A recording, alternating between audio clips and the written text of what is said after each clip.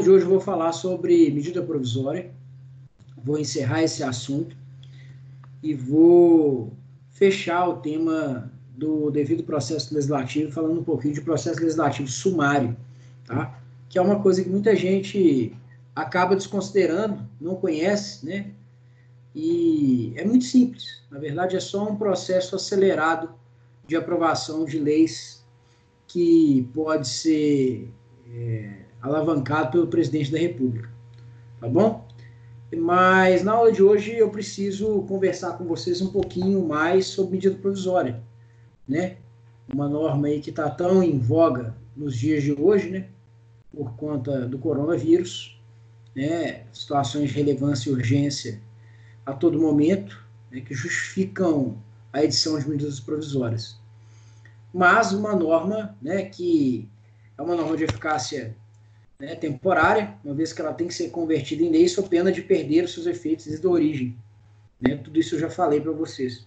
Falei dos limites, falei de quem pode apresentar a medida provisória, né, que é o chefe do executivo, no caso do plano federal, é o presidente da República, mas expliquei para vocês que existem medidas provisórias em nível estadual e também em nível municipal.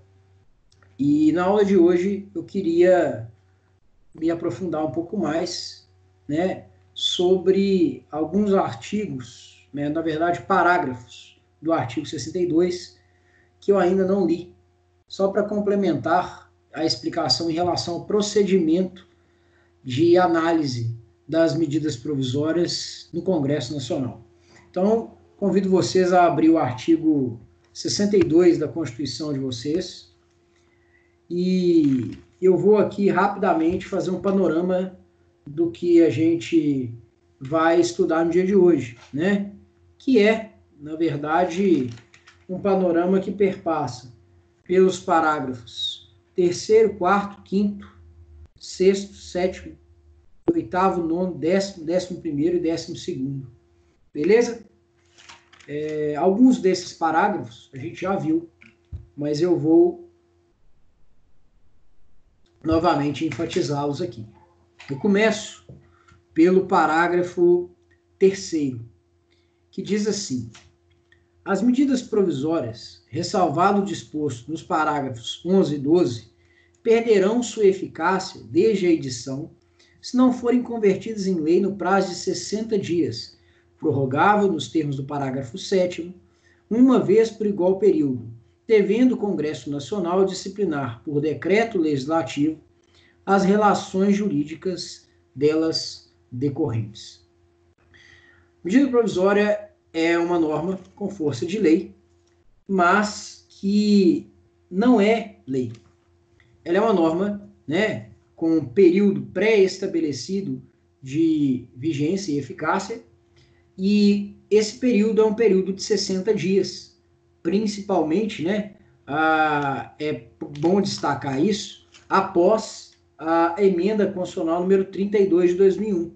Por quê? Porque antes dessa emenda, esse período era de 30 dias, e dentro desse período, ela podia ser reeditada quantas vezes fosse conveniente. Hoje não mais. Hoje, o período, né, de eficácia de uma medida provisória é de 60 dias, com possibilidade de uma prorrogação apenas por mais 60 dias.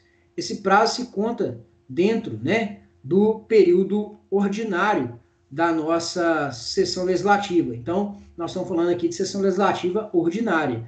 Eventualmente, uma medida provisória pode ter vigência superior a 60 dias? Pode, se nós estivermos num período, né, de suspensão dos trabalhos do Congresso, ou seja, né, nos períodos, por exemplo, de recesso.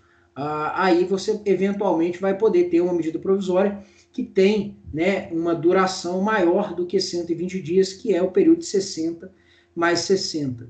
Fora dessas hipóteses, né, se a gente estiver falando da sessão legislativa ordinária, não, ela tem período de vigência pré-estabelecido, 60 com possibilidade de uma prorrogação por mais 60 dias.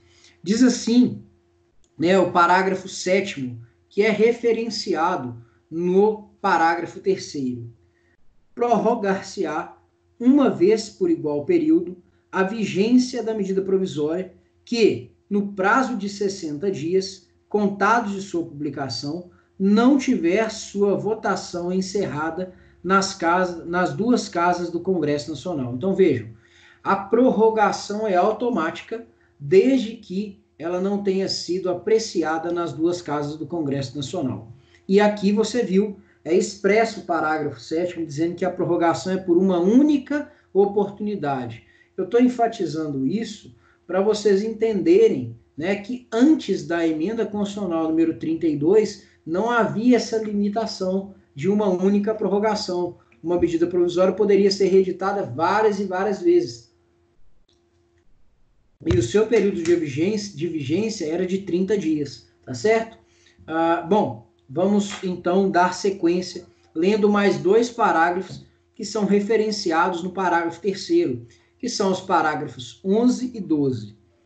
Dizem assim os parágrafos: não editado o decreto legislativo a que se refere o parágrafo 3º, até 60 dias após a rejeição ou perda de eficácia da medida provisória, as relações jurídicas constituídas e decorrentes de atos praticados durante sua vigência conservar-se-ão por ela regidas. E o parágrafo 12 diz assim: aprovado o projeto de lei de conversão alterando o texto original da medida provisória, esta manter-se-á integralmente em vigor até que seja sancionado ou vetado o projeto.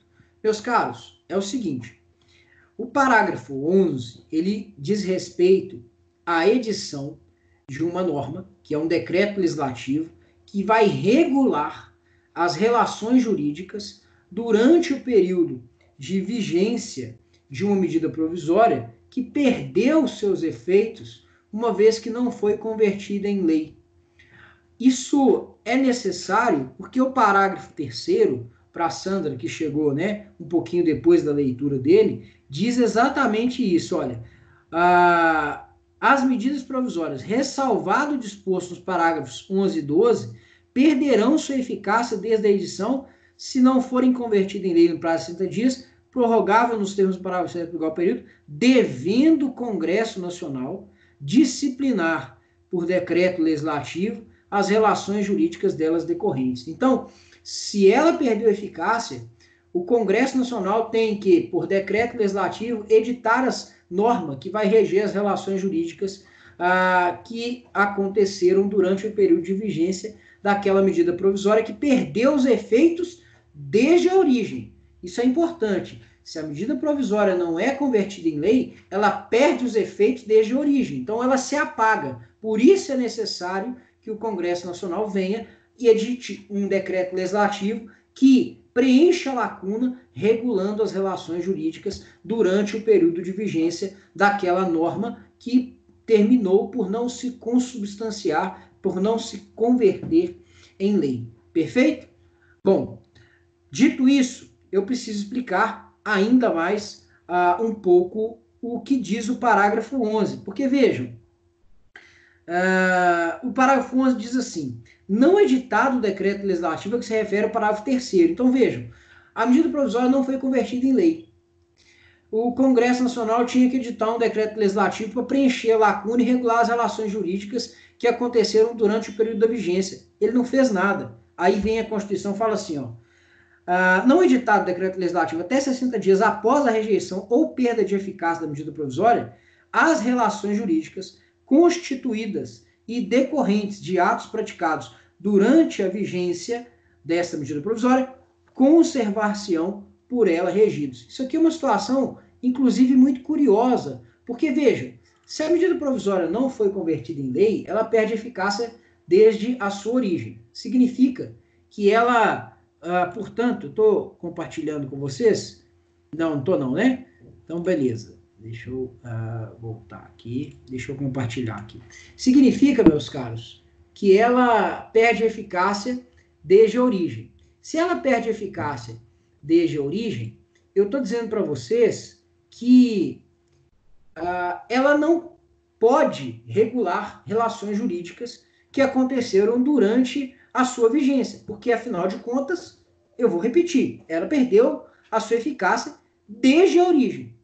Mas o Constituinte veio e falou, olha, Peraí, mas se o Congresso não preencher a lacuna, durante o período em que ela estava em vigor, as relações jurídicas que aconteceram e por ela foram regidas, continuam a ser por ela regidas. Não é uma situação curiosa?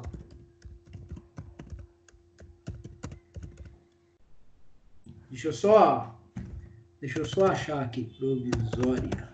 Não é uma situação curiosa, meus caros? Nós estamos falando de uma situação em que a medida provisória perde os seus efeitos desde a origem, mas, curiosamente, continua gerando efeitos para as relações jurídicas que aconteceram durante o período da sua vigência. Isso só é possível porque o Constituinte expressamente autorizou essa possibilidade. Senão, nada feito. Beleza? Então, aqui nós vamos ter uma situação, gente, de manutenção, né, da eficácia a despeito da perda da vigência da medida provisória. Tá certo?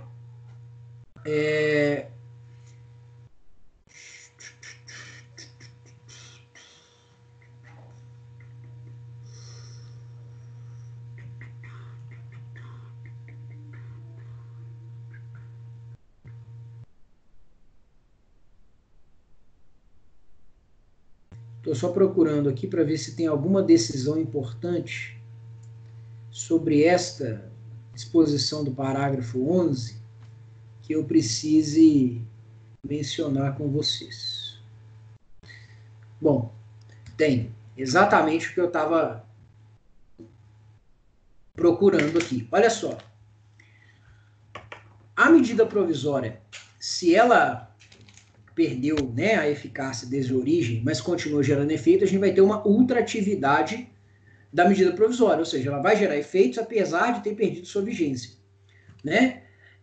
A súmula vinculante número 54 acaba, né, por ser uma súmula vinculante que estabelece uma ultratividade para medidas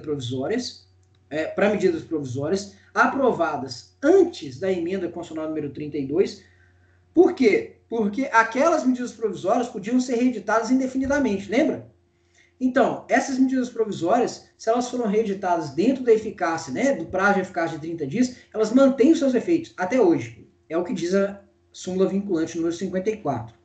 Agora, outra decisão importante era essa decisão que eu estava procurando, né, de 2016, que teve por relatora a ministra Carmen Lúcia, diz o seguinte, interpretando o parágrafo 11 do artigo 62. Olha só, medida provisória e interpretação do parágrafo 11 do artigo 60. Vocês estão vendo, não estão? Confirma aí para mim que vocês estão vendo o que eu estou projetando na tela. Joia. Diz assim, ó, impossibilidade de manutenção indefinida da vigência da medida provisória rejeitada ou não convertida em lei, porque isso configuraria violação ao princípio da separação dos poderes. Diz assim o julgado, de acordo com o STF, o parágrafo 11 do artigo 62 deve ser interpretado com cautela, não se podendo protrair indefinidamente a vigência de medidas provisórias rejeitadas ou não apreciadas. Referida norma visa garantir segurança jurídica àqueles que praticaram atos embasados em medida provisória rejeitada ou não apreciada, mas isso não pode ensejar uma sobreposição da vontade do chefe do Poder Executivo à vontade do Poder Legislativo, o que ocorrerá, por exemplo, em situações nas quais a preservação dos efeitos de determinada medida provisória rejeitada implicar na manutenção de sua vigência. Interpretação diversa ofende a cláusula pétrea constante no artigo 2º da Constituição, que preconiza a separação dos poderes. O que essa decisão mostra para a gente? Que o parágrafo 11 ele tem que ser interpretado de forma restritiva, ou seja, a medida provisória mantém os seus efeitos até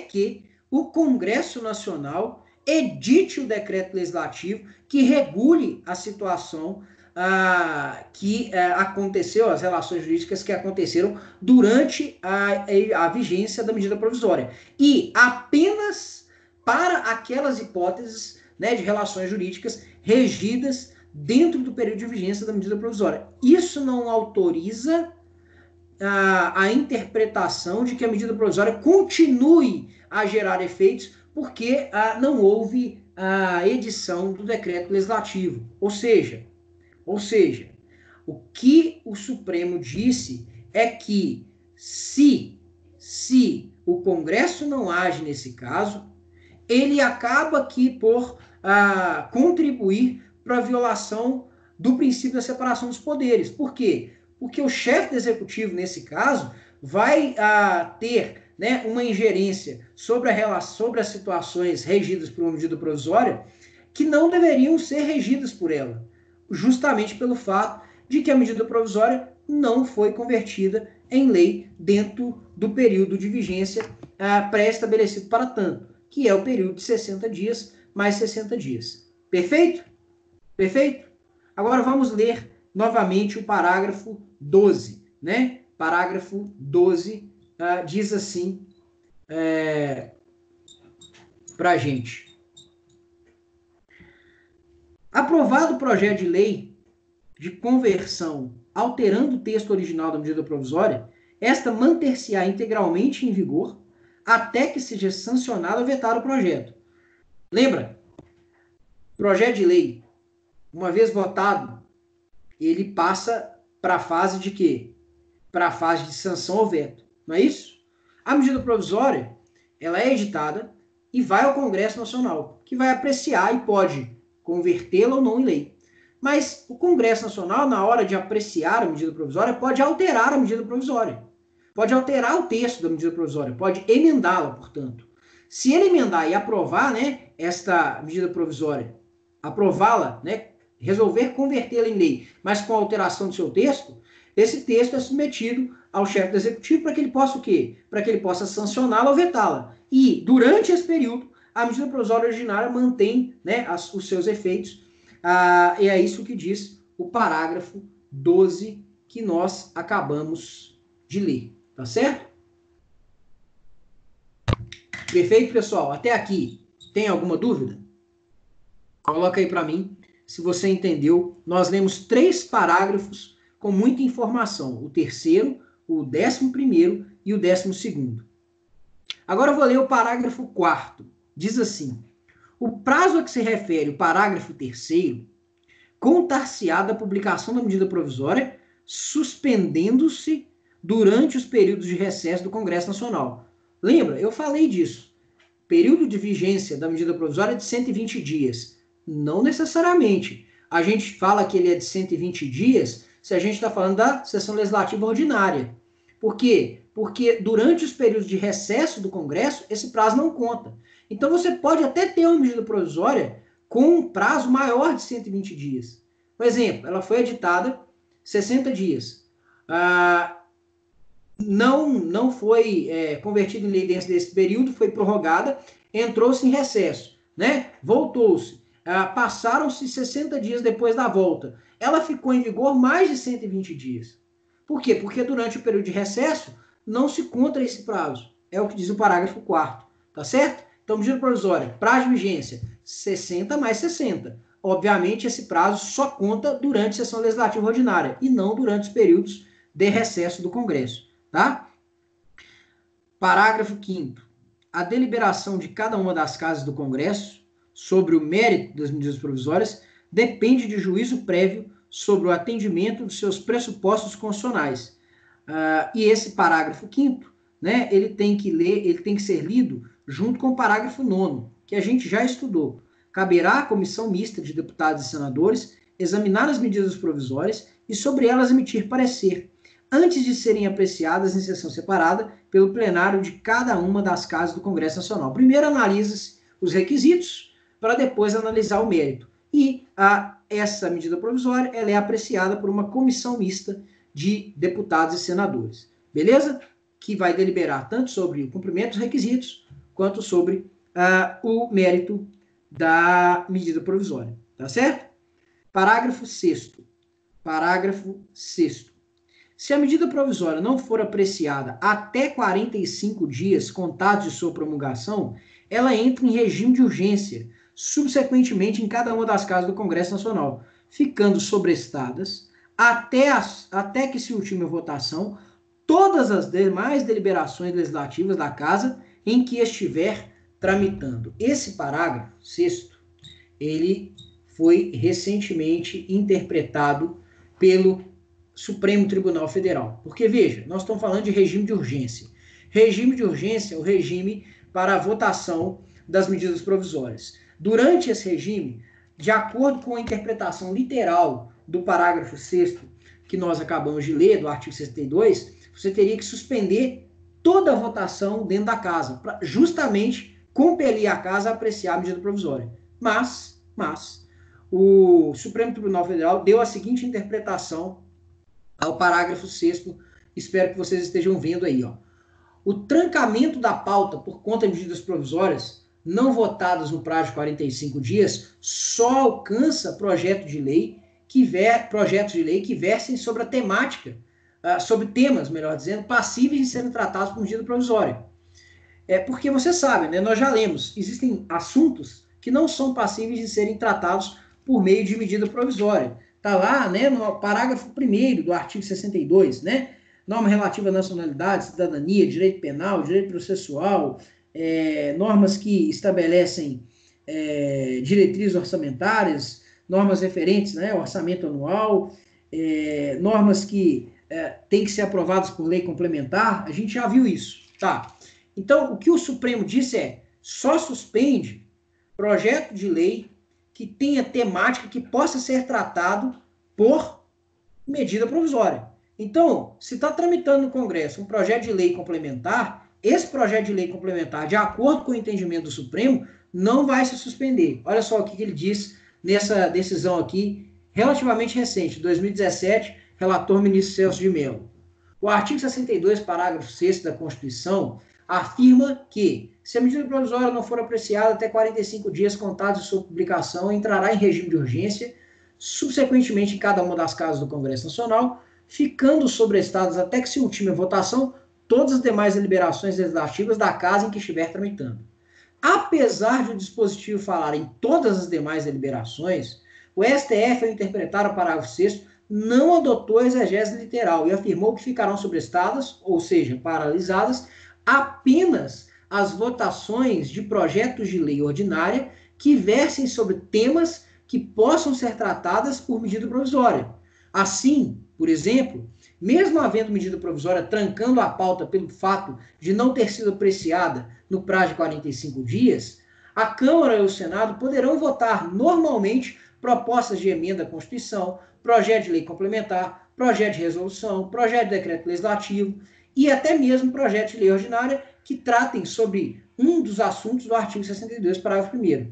Isso porque a medida provisória somente pode tratar sobre assuntos próprios de lei ordinária e desde que não incida em nenhuma das proibições do parágrafo 1º do artigo 62.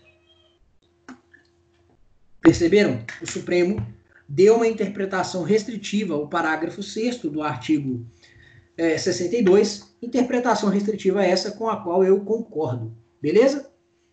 Alguma dúvida até aqui, pessoal? Coloca aí para mim sim, não, podemos seguir, porque eu já dei para vocês hoje muita informação, né? Alguma dúvida até aqui? Escreve aí para mim. Sandra, Vitor, Brenda, não? Tranquilo, então vamos seguir. Pessoal, então, veja, a gente está no parágrafo 6º, né? Agora eu vou ler o parágrafo 7º. Na verdade, eu já li, né? Fala que ele vai se prorrogar por uma única vez, né? Por igual período.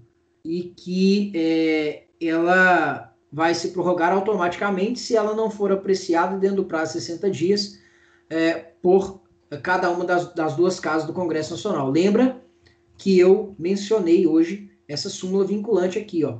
Porque você tem medidas provisórias editadas antes da emenda constitucional que acrescentou esses parágrafos, vigente até hoje. Aí a pessoa pode falar, ué, mas não é 60 mais 60?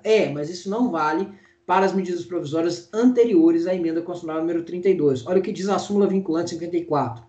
A medida provisória não apreciada pelo Congresso Nacional podia, até a emenda constitucional número 32, ser reeditada dentro do seu prazo de eficácia de 30 dias, mantidos os efeitos de lei desde a primeira edição. Então, ela continua gerando efeitos aí, essas medidas provisórias. Tá certo?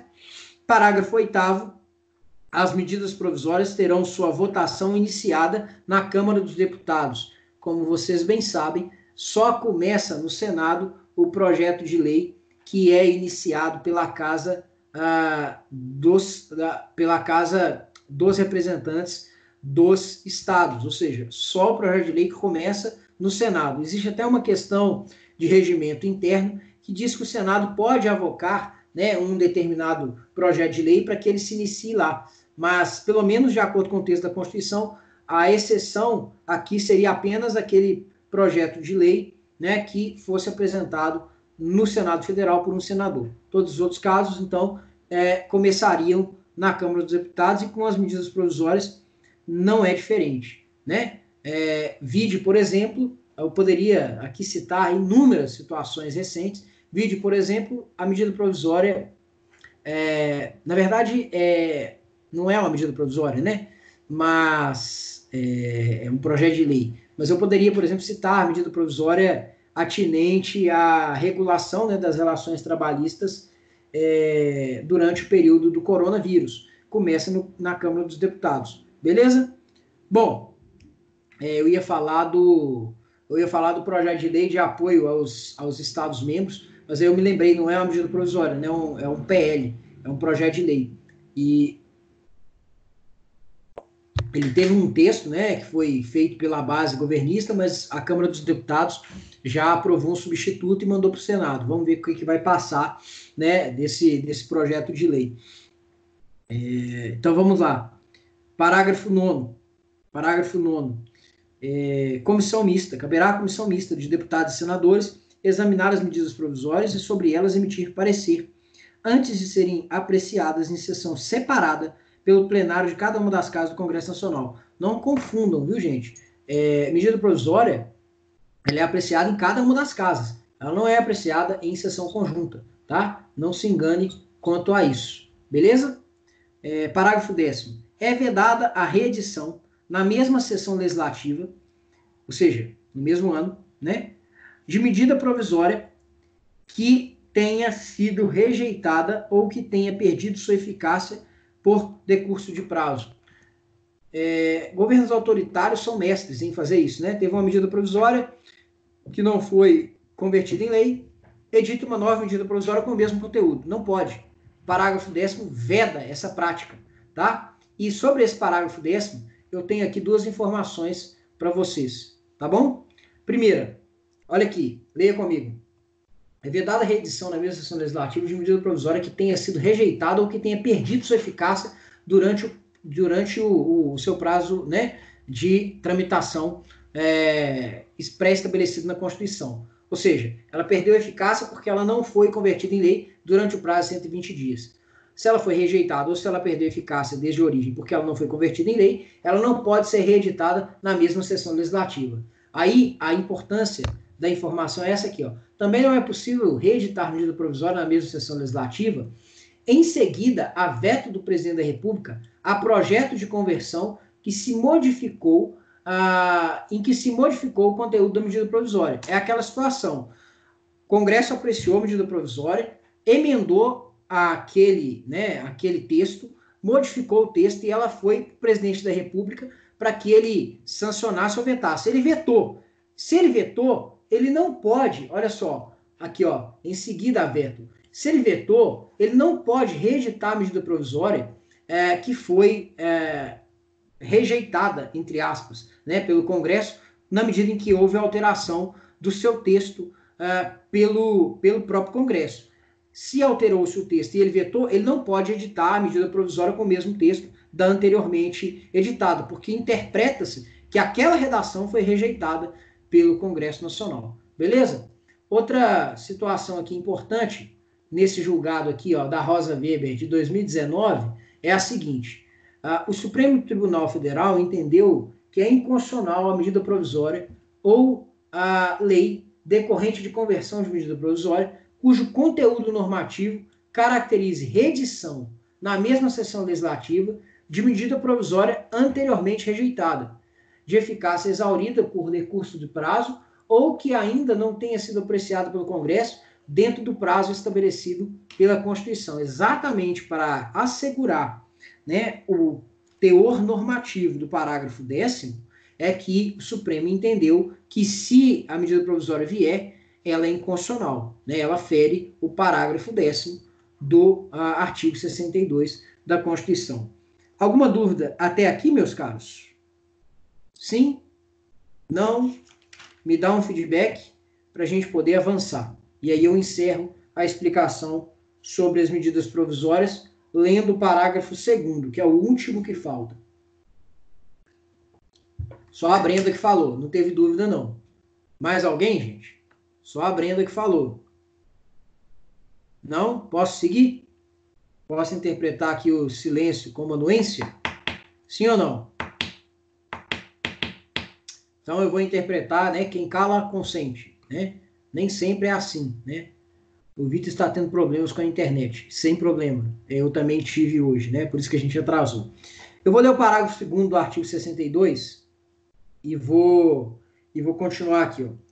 E vou encerrar a explicação da medida provisória. Diz assim o parágrafo 2º do artigo 62, o último que eu queria ler, porque ele não diz respeito a procedimento propriamente dito. Ele fala assim: medida provisória que implique instituição ou majoração de impostos, veja, matéria tributária, né? Exceto os previstos no 153, 1, 2, 4 e 5 e 154, inciso 2, só produzirá efeitos no exercício financeiro seguinte, se houver sido convertido em lei até o último dia daquele em que foi editada. Isso aqui é em nome do princípio da anterioridade anual, né? Se a medida provisória aumentou o tributo, a não ser os extrafiscais, bom, e nesse caso aqui a gente tem uma exceção que eu já expliquei no direito tributário, ela precisa ser convertida em lei até o final do exercício financeiro, sob pena de ela não gerar efeitos, né, imediatos no próximo ano. Beleza?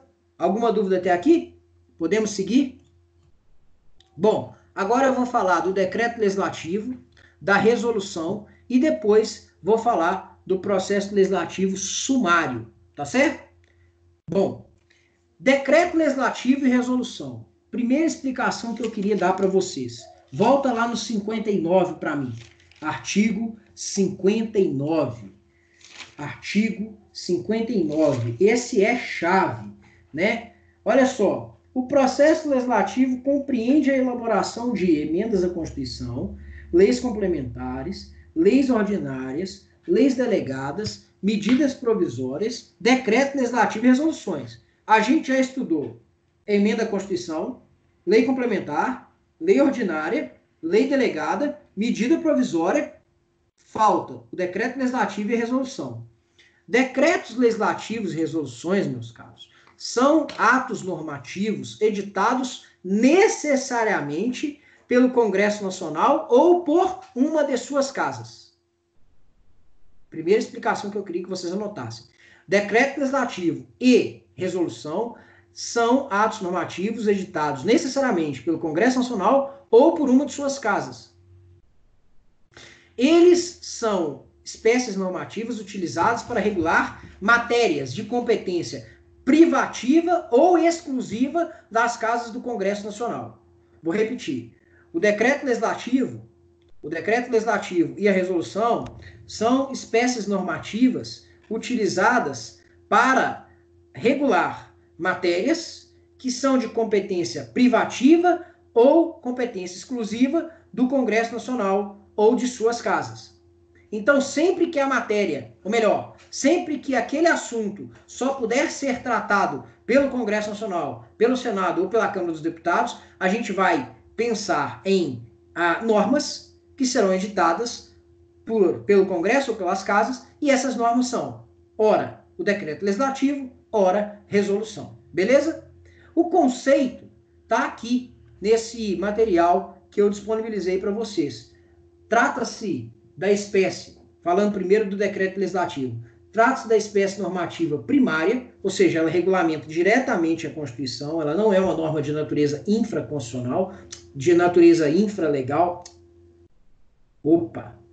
Ela não é uma norma, de natureza infralegal, ela é uma norma de natureza infraconstitucional que regula diretamente a Constituição. Ela não regula uma norma interposta, né, entre ela e a Constituição, não. Ela regula diretamente a Constituição, por isso ela é uma espécie normativa primária de natureza infraconstitucional.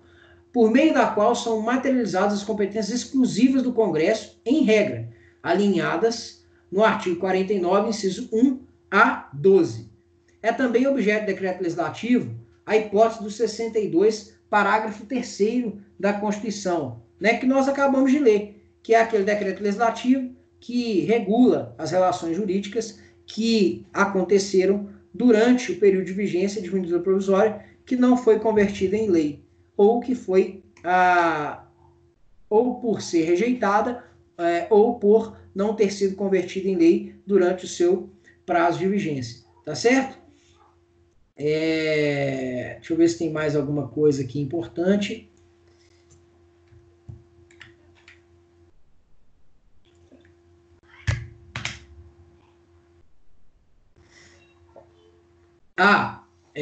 Como é um ato normativo, né, editado pelo Congresso ou por uma de suas casas, a promulgação não é feita pelo presidente da República.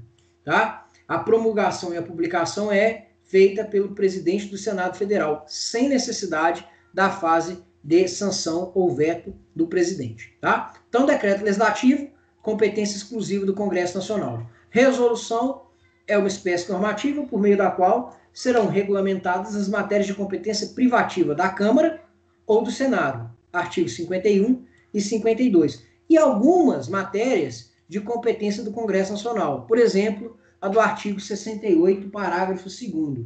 Para quem não se lembra, 68, parágrafo 2º, é aquele que fala das leis delegadas. Ele fala assim: se a resolução determinar a apreciação do projeto pelo Congresso Nacional, este o fará em votação única, vedada qualquer emenda. Porque o Congresso pode, né, condicionar a edição de lei delegada à apreciação do seu texto por ele mesmo, né, pelo próprio Congresso. Ele pode fazer isso, e ele faz por meio de resolução, tá certo? Em relação à competência do Senado, além das hipóteses do artigo 52, vale destacar o artigo 155, parágrafo 2º, incisos 4º e 5º, né, que são referentes às alíquotas do ICMS, de direito tributário, tá certo? Ela é discutida, esse projeto de resolução, no interior da casa, tá certo? E a última coisa que eu queria falar para vocês aqui, ó, quando a resolução for do Congresso Nacional, processo bicameral, passa nas duas casas, tá? Uma vez aprovado, passa-se a promulgação e publicação efetuado pelos respectivos presidentes das casas. Não é o presidente da República, portanto, que faz promulgação e publicação de resolução e de decreto legislativo. Só para encerrar esse assunto, dando dois casos importantes sobre decreto legislativo e resolução. Primeiro, decreto legislativo. Todas as vezes que o Brasil, né, assina um tratado internacional, esse tratado ele é, então, submetido ao presidente da República, que vai enviar uma mensagem ao Congresso Nacional que vai apreciar aquele tratado para resolver se aquele tratado vai ser internalizado ou não. Né? E quando o Congresso Nacional vota, né, o tratado internacional, vota, na verdade, delibera sobre o tratado internacional, ele faz por meio de decreto legislativo. Esse decreto legislativo pode ser submetido a um processo ordinário de deliberação, né, um turno em cada uma das casas, exigindo-se para aprovação a maioria simples, ou ele pode ser submetido a um procedimento especial, né, que é aquele do parágrafo 5º, do artigo 5º, parágrafo 3º da Constituição. Nesse caso, o decreto legislativo vai ser submetido a 2 turnos de votação em cada uma das casas do Congresso e só será aprovado se contar em cada um dos turnos com 3/5 dos votos dos membros das duas casas. Nesse caso, né, um tratado de direitos humanos pode ser submetido a esse procedimento especial e se ele for aprovado de acordo com esse procedimento especial, como aconteceu com o tratado sobre os direitos das pessoas com deficiência e o protocolo facultativo a esse tratado, além, né, do Pacto de Marrakech, se isso acontecer, o tratado ele tem, de acordo com o entendimento do Supremo, a eficácia, né, a força, o status normativo de norma supralegal, acima das leis, mas ainda infraconstitucional. Lembra? Esse é um entendimento bem interessante de pontuar. Isso para contextualizar vocês da relevância do decreto legislativo. Lembre-se, tratado internacional, inclusive de direitos humanos, não basta o decreto legislativo para que a norma seja internalizada. Ela ainda precisa do decreto de promulgação, que é um decreto do chefe do executivo e que vem depois do decreto legislativo do Congresso Nacional. É um ato complexo, você precisa das duas manifestações, manifestação do Congresso e manifestação do chefe do executivo. Uma vez editado o decreto de promulgação, a norma já vale internamente para o Estado. Beleza? Essa é a primeira consideração que eu queria fazer. A segunda, em relação às resoluções. De acordo com o artigo 52, inciso 10, que é uma questão que nós vamos estudar, né, mais para frente, quando a gente for falar do controle de constitucionalidade, e só falta estudar, antes do controle, o Estatuto dos Congressistas, a gente já está chegando nessa parte da matéria. Eu vou dizer para vocês o seguinte, o artigo 52.10, ele falava que, melhor, para a gente não ficar assim falando em abstrato, abre lá, 52, inciso 10. Diz assim, o Senado Federal compete privativamente ao Senado Federal, inciso 10, suspender a execução, no todo ou em parte, de lei declarada inconstitucional por decisão definitiva do Supremo Tribunal Federal. Aqui a gente está falando de controle difuso, de controle de decisão do Supremo Tribunal Federal em sede de controle difuso. Falando de controle difuso e controle de jurisdição difusa, né? Controle difuso de constitucionalidade. No controle difuso, a gente sabe, né? Todos os órgãos podem exercer, inclusive o Supremo. Só que da decisão do Supremo, de acordo com o entendimento clássico, né, não resultaria a suspensão da eficácia da norma. Por quê? Porque o Supremo simplesmente afirmaria no controle difuso, né, que a norma não se aplicaria naquele caso concreto, mas ela continuaria sendo aplicada em outros casos. Aí a Constituição falou, olha, nesses casos, então, se o Supremo decide definitivamente, é claro que a decisão do Supremo tem um peso. Então, o Congresso Nacional, na verdade, né, o Senado Federal, que é uma das casas do Congresso, poderia editar uma resolução, e nessa resolução, que é a espécie normativa que nós acabamos de ler, ele faria exatamente o quê? Ele suspenderia a execução no todo ou em parte dessa lei. E a partir dessa suspensão da execução da lei, a decisão, né, do Supremo teria, para esses casos, né, que não foram aqueles, para os casos que não foram julgados, eficácia erga omnes. Só, no entanto, destacar aqui que esse é um entendimento clássico. Por quê? Porque o Supremo Tribunal Federal interpretou esse artigo, né, 52, inciso 10, e disse que a Constituição passou por um processo de mutação constitucional, que hoje a decisão do Supremo ela pode gerar eficácia erga omnes, mesmo sem essa resolução, e que essa resolução serve apenas para dar publicidade à decisão do Supremo. Decisão extremamente polêmica, muito questionável, mas foi a decisão que prevaleceu de acordo com a maioria do entendimento do Supremo Tribunal Federal. Beleza? Joia? Entenderam? Posso explicar o famigerado processo legislativo sumário? Posso? Que bom. Então vamos a ele. Pega a sua Constituição aí para mim. Abre no artigo 64. Artigo 64.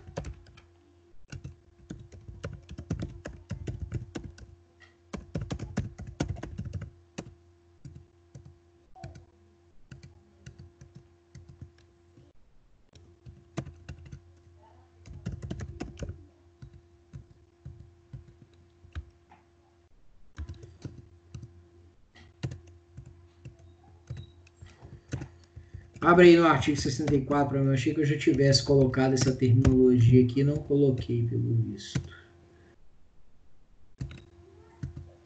Tá. Tá aqui, ó. Vejam bem.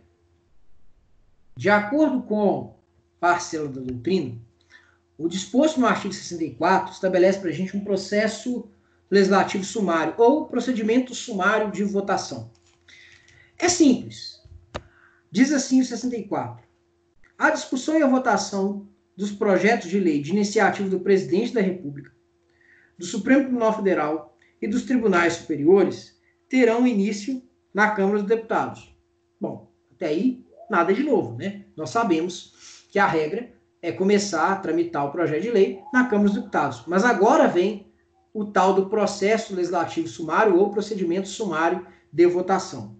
Parágrafo 1º. O Presidente da República poderá solicitar urgência para apreciação de projetos de lei de sua iniciativa. Se, no caso do parágrafo 1º, a Câmara dos Deputados e o Senado Federal não se manifestarem sobre a proposição, cada qual sucessivamente, em até 45 dias, sobrestar-se-ão todas as demais deliberações legislativas da respectiva casa, com exceção das que tenham prazo constitucional determinado, até que se ultime a votação. A apreciação das emendas do Senado para pela Câmara dos Deputados far-se-á no prazo de 10 dias, observado, quanto ao mais, o disposto no parágrafo anterior. Aqui você encurta o prazo de tramitação para que a Câmara dos Deputados aprecie as emendas ao projeto de lei que foram estabelecidas pelo Senado Federal. Ele tem que fazer isso no prazo de 10 dias. Os prazos do parágrafo 2º não correm nos períodos de recesso do Congresso Nacional, nem se aplicam a projetos de código. A gente está falando aqui o quê? Do regime de urgência para apreciar, né, o projeto de lei. Então, o processo legislativo sumário nada mais é do que um processo encurtado e um processo acelerado de apreciação dos projetos de lei do Presidente da República pelo Congresso Nacional. Aceleração a pedido do presidente e, em regra, ele tem que ser apreciado pelo Congresso Nacional, sob pena de sobrestamento, né, das outras matérias que não estão sendo apreciadas, se não houver apreciação dentro do regime dentro do período de 45 dias. Entra-se, então, em regime de urgência de votação. Beleza? Alguma dúvida até aqui, meus caros?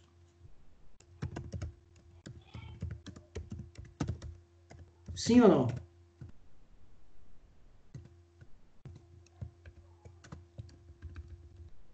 Fala aí para mim, gente. Tem alguma dúvida? Vocês entenderam o procedimento sumário?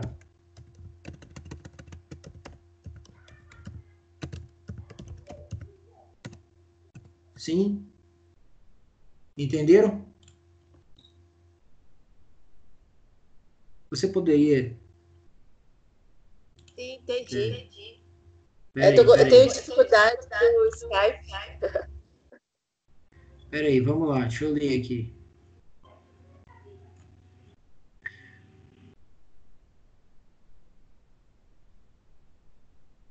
Você poderia ter a pauta trancada por 2 motivos. Explica melhor, Sandra.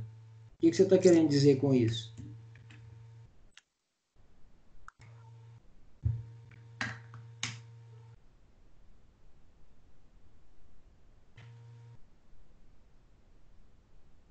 Enquanto a Sandra está escrevendo,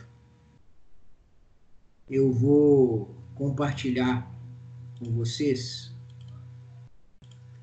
isso aqui, ó.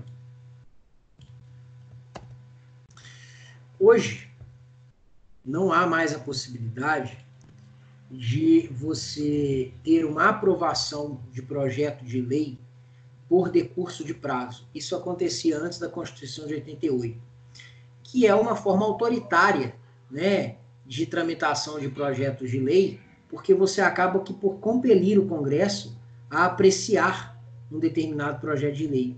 Você não pode fazer isso, sob pena de projeto de lei se consubstanciar em lei, né? Mas existe a possibilidade de aceleração da aprovação do projeto, a pedido do presidente, nos casos de sua iniciativa, que é exatamente a hipótese do 64, parágrafo 1º e 2º, né?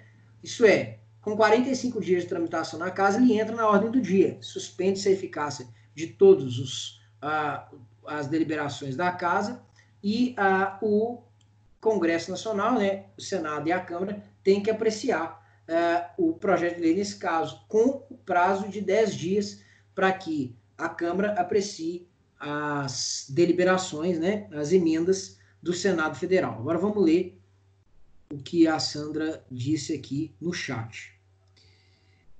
Você poderia ter a pauta trancada em 2 motivos: pela não apreciação em 45 dias do processo sumário de votação e pela MP não apreciada no prazo? Sim, exatamente. São essas as 2 hipóteses de trancamento da pauta. A pedido, né, do presidente da República, há uma aceleração do projeto de lei. Se ela não for apreciada, tranca-se a pauta. E no caso da medida provisória, se ela não for apreciada dentro de 45 dias, ela entra em regime de urgência. Então você tem o trancamento da pauta. Olha que coisa curiosa. O Supremo não se manifestou sobre esse parágrafo do artigo 64, que fala do trancamento da pauta.